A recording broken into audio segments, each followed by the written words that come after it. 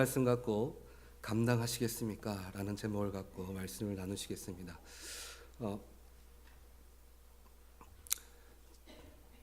최근에 유행했던 드라마 중에 스카이 캐슬이라는 드라마가 있었습니다.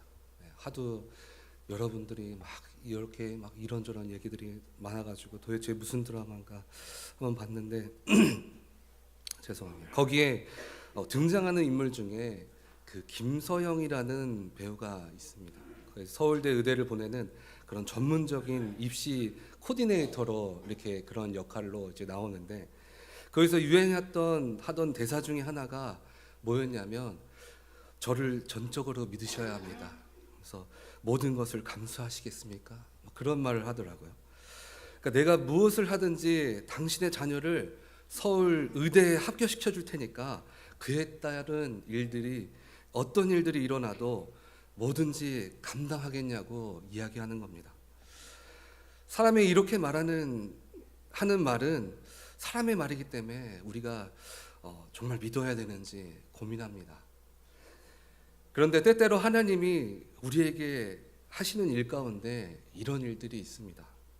내가 다 이루어 줄 테니까 너희가 감당하겠느냐, 그런 말씀들을 우리에게 하십니다. 그런데 사람은 하나님이 다 이루어 주신다는 그것만 기억합니다. 그 뒤에 하나님께서 우리가 감당해야 할 것이 있다는 것은 별로 관심 갖지 않고 신경 쓰지 않고 하나님이 다 해주시겠다, 그런 말만 기억하고 인생을 살아갑니다. 오늘 본문의 배경은 저희가 지금 주일마다 보고 있는 말씀이 다윗에 대한 말씀을 저희가 보고 있습니다. 오늘 본문은 다윗 왕의 그 400년 이후의 말씀이 오늘 바로 이 본문의 이야기입니다. 다윗이 이스라엘 왕이 될 때만 해도 사울 다음에 이제 이스라엘 두 번째 왕으로 나라를 다스리고 있었습니다. 다윗의 이후의 역사를, 이스라엘 역사를 잠시 보면 이 세 번째 왕은 바로 이 다윗의 아들인 솔로몬이 이 나라를 통치하게 됩니다. 이 솔로몬 이후에 이 나라가 반으로 쪼개지게 되는데, 이 하나님을 잘 섬기던 나라가 어떤 이유에서 이렇게 나라가 쪼개지게 되냐면, 이 솔로몬 때에 이 솔로몬은 굉장히 지혜로운 왕이었습니다. 이 전쟁을 하지 않고 평화를 그 나라 가운데 유지하기를 원했습니다. 그래서 평화의 정책이라는 이유로 수많은 이방의 여인들과 평화 조약을 맺으면서 이방 여인들과 결혼하기 시작했습니다. 그 여인들을 위해서 자신들이 믿던 우상들을 그 땅 가운데 하나씩 들여오게 됐습니다.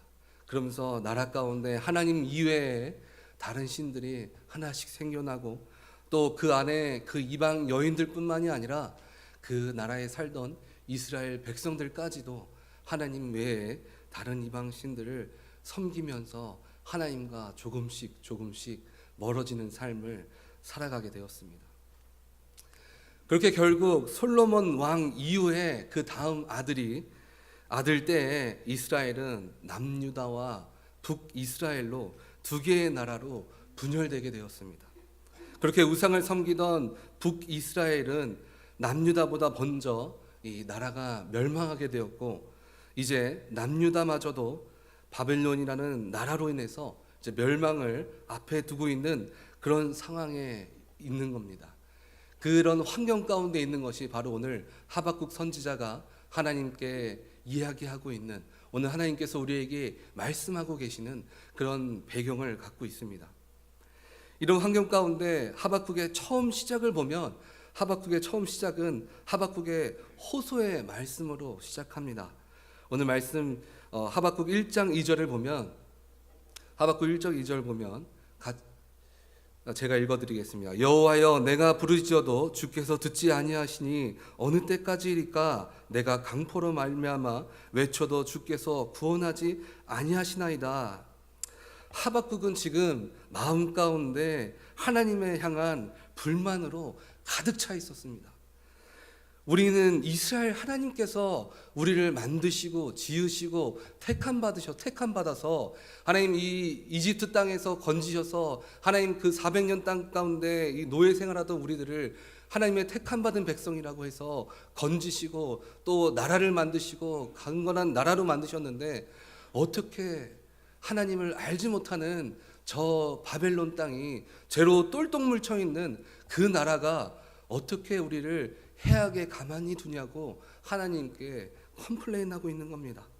저 죄 많은 사람들이 어떻게 우리를 이렇게 해할 수 있습니까? 이렇게 현상만을 가지고 하나님 앞에 이야기하고 있는 겁니다.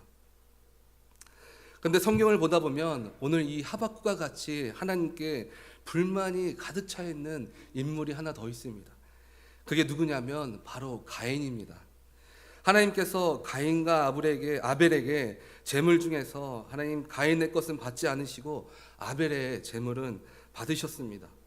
거기서 가인이 자신의 것을 받지 않는 것을 보고 성경에 뭐라고 기록하냐면 매우 화가 났다라고 기록하고 있습니다.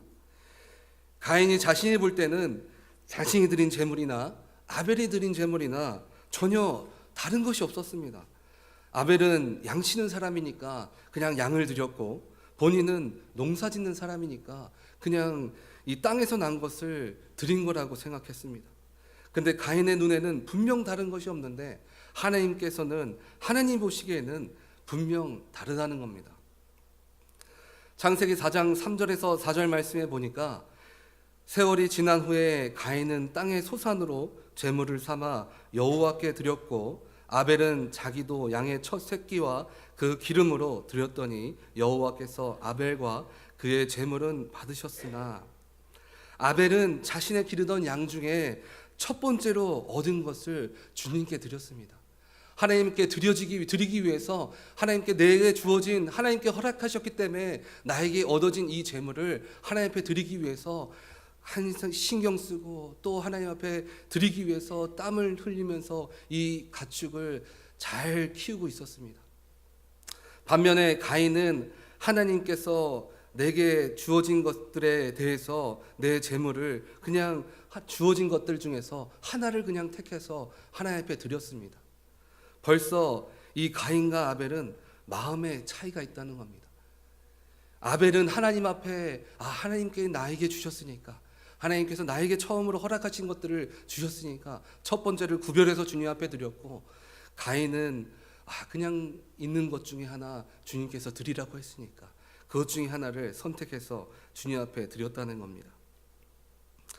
가인은 하나님이 내 재물을 받지 않는 것만 보고 하나님 앞에 불만을 가졌습니다.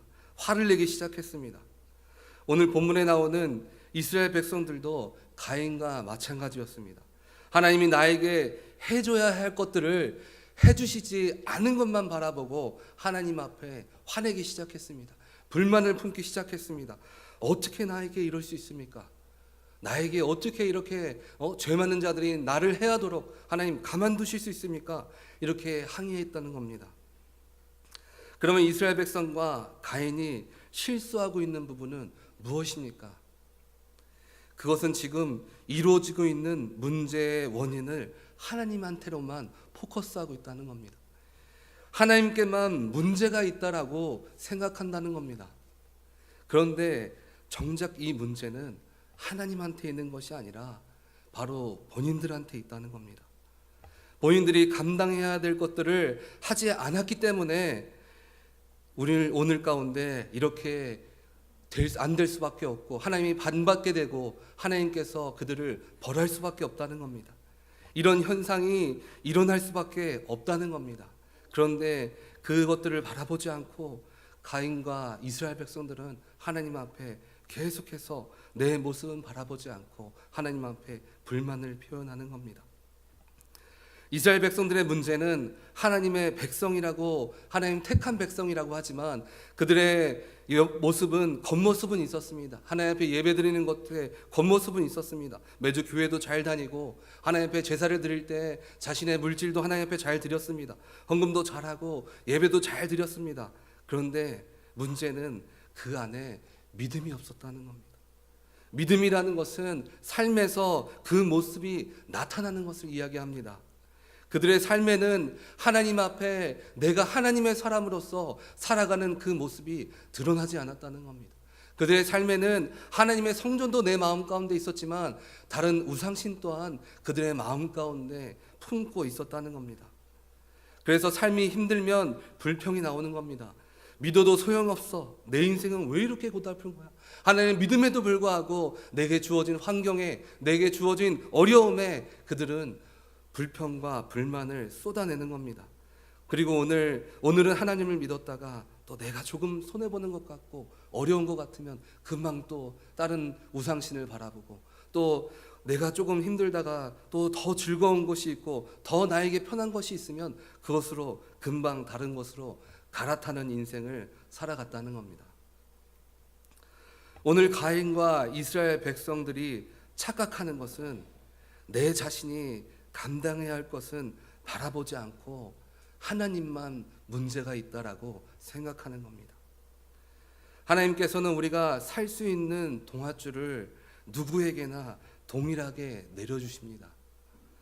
그런데 그 줄을 붙잡는 것은 다른 아닌 내가 선택하는 것입니다.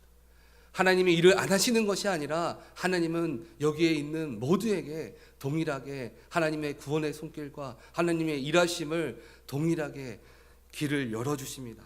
그런데 그 길을 나아가지 못하는 것은 내가 내 발을 떼지 않았기 때문에, 내가 그 길을 걸어가지 않았기 때문에 그 길을 우리가 누릴 수 없다는 겁니다. 우리의 삶에 하나님은 우리를 위해서 역사하시기 위해서 항상 준비하고 계십니다. 이 시간에서도 내게 무엇이 필요한지, 무엇이 원하는 것인지, 무엇이 우리에게 가장 필요한 것인지 하나님은 아시고 준비하고 계신다는 겁니다. 누구는 예뻐서 하나님이 일하여 주시고 누구는 안 예뻐서 하나님이 안 일하시는 것이 아니라 하나님의 일하심은 동일하게 준비하고 기다리고 계신다는 겁니다. 그런데 하나님의 일하심에는 내가 해야 할 것을 감당하는 자들에게 이루어진다는 겁니다. 내가 감당하는 자에게 길이 열어진다는 겁니다. 우리가 박수 칠 때 보면 양쪽 손바닥을 마주쳐야지 소리가 납니다. 그런데 한 손은 치고 있고 한 손은 다른 방향으로 허공을 향해서 손뼉을 치고 있으면 그 박수는 절대로 소리가 나지 않습니다. 마찬가지로 하나님은 우리를 향해서 계속해서 박수를 치고 계십니다. 한쪽 일정한 방향으로 박수를 치고 있는데 우리는 그곳 가운데 다른 곳으로 손을 뻗쳐나가고 있다는 겁니다. 그래서 소리는 나지 않는 겁니다. 하나님은 하박국에게 오늘 우리가 감당해야 할 것을 이야기해 주고 있습니다. 오늘 본문의 하박국 2장 2절에 보면 여호와께서 내게 대답하여 이르시되 너는 이 묵시를 기록하여 판에 명백히 새기되 달려가면서도 읽을 수 있게 하라. 우리가 감당할 것은 바로 하나님을 기억하는 것입니다.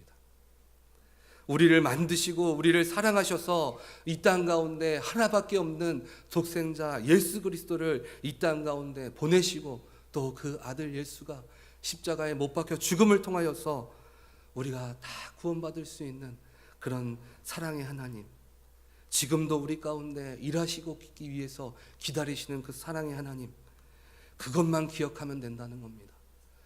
그것만 기억하면 하나님께서 오늘 우리 인생 가운데 길을 열어주시겠다는 겁니다. 우리에게 보여준 하나님의 사랑을 기록하라고 이야기합니다. 그것을 어떻게 기록하냐면 내가 뛰어갈지라도, 내가 달려갈지라도 그것을 쉽게 볼 수 있도록, 그것이 하나님이라는 것을, 하나님의 사랑이라는 것을 쉽게 알아차릴 수 있도록, 내 눈에 쉽게 뜰 수 있도록 기록하라고 이야기합니다. 우리는 하나님의 사랑을 내가 엎어져도, 내가 뒤집어져도, 내가 좋을 때에도 하나님의 사랑을 기억할 수 있도록 내 마음판에 새겨나가야 됩니다. 그러면 하나님은 일하십니다. 하나님은 우리를 통해서 우리를 사용하십니다. 우리를 통해서 일하시기 위해서 준비하신 것들이 이 땅 가운데 현상으로, 눈으로 드러나도록 만들어 주신다는 겁니다. 그리고 두 번째는 4절 말씀에 보니까 보라 그의 마음은 교만하며 그 속에서 정직하지 못하나 의인은 그의 믿음으로 말미암아 살리라. 우리가 감당해야 할 두 번째는 믿음으로 살아가라는 겁니다. 그 크신 하나님의 사랑을 기억하고 믿음으로 살아가는 것, 믿음으로 살아간다는 것은 삶에서 신앙이 나타나는 삶을 살아가라는 겁니다. 하나님이 나의 사랑하심을 인정하고 내 그 사랑이 나에게서 있다는 것을 바라보면서 내 인생 가운데 어떤 환경에 있을지라도 하나님의 그 믿음의 길에 서 있는 것. 내가 교회에 있을 때는 하나님 믿음으로 주여 주여 하다가도 세상 가운데 다른 모습으로 내가 좋아하는 모습으로 살아가는 것이 아니라 내가 교회 안에서 믿음으로 주여 주여 할 때 부르짖는 그 믿음이 내가 이 땅 가운데 살아갈 때에도 내 어려움 속에서도 주를 믿으며 살아가는 것, 그 두 가지만 기억하라는 겁니다. 하나님께서는 매 순간 우리에게 말씀하십니다. 전적으로 내가 다 할게. 너는 감당하겠니? 내가 다 이루어 줄게. 내가 다 치유해 줄게. 내가 다 길을 열어 줄게. 너는 너의 짐을 짐고 가겠니? 그때 우리는 두 가지만 기억하면 됩니다. 하나님의 날 향한 그 사랑, 그리고 믿음으로 걸어가는 것. 이 두 가지만 하면 나머지는 주님이 감당해 주십니다. 나머지는 주님이 이루어 주십니다.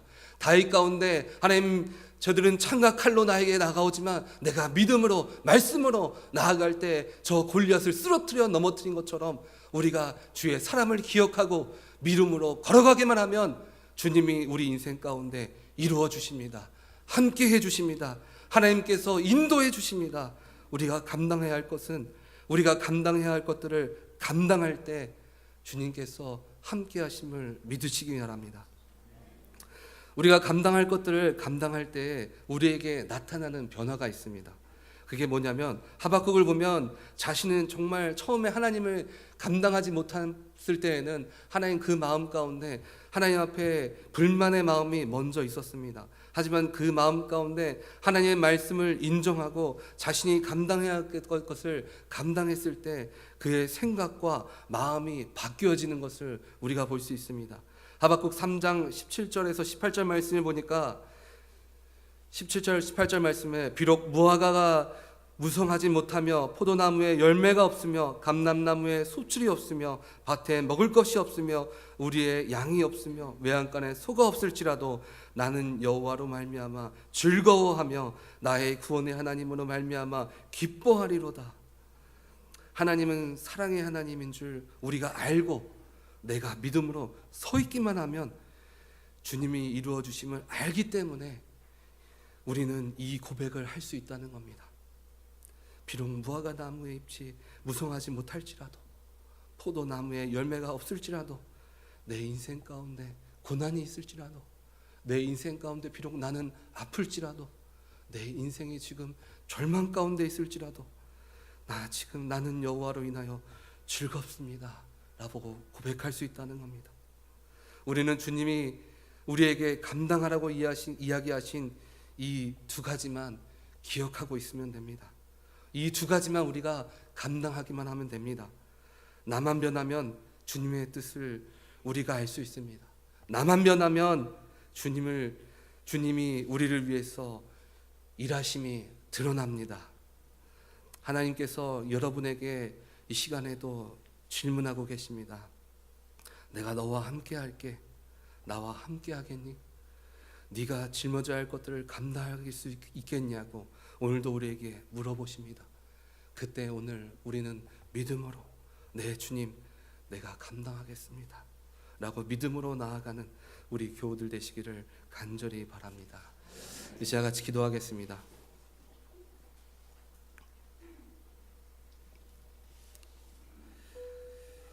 하나님 아버지, 오늘 예배하는 성도님들 가운데 하나님, 예전에는 내가 할 것들을 감당하지 않으면서 하나님 왜 나를 위해서 일해 주시지 않냐고, 하나님 왜 나를 붙잡아 주시지 않냐고, 하나님 나를 이렇게 고통받는데 하나님은 어디 계시냐고 고백했던 연약한 내 모습을 돌아봅니다. 주님, 이 시간 가운데 내가 어떤 환경에 있을지라도 내가 주님의 사랑을 기억하면서 믿음으로 삶을 살아갈 때 언제든지 주로 인하여 즐거워하는 그런 복된 인생 되어질 수 있도록 인도하여 주시옵소서. 예수님의 이름으로 기도 올려옵나이다.